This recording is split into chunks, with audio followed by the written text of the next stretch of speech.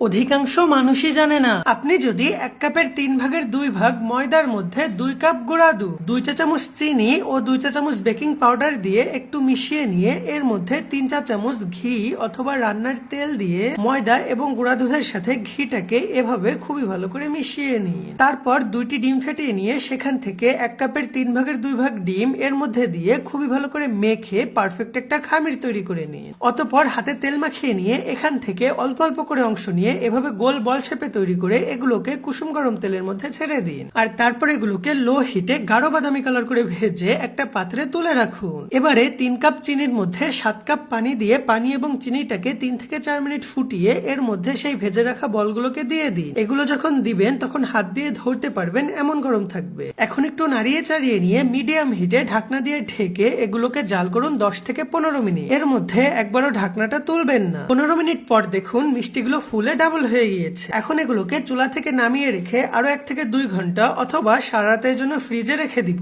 আর এতে করেই এত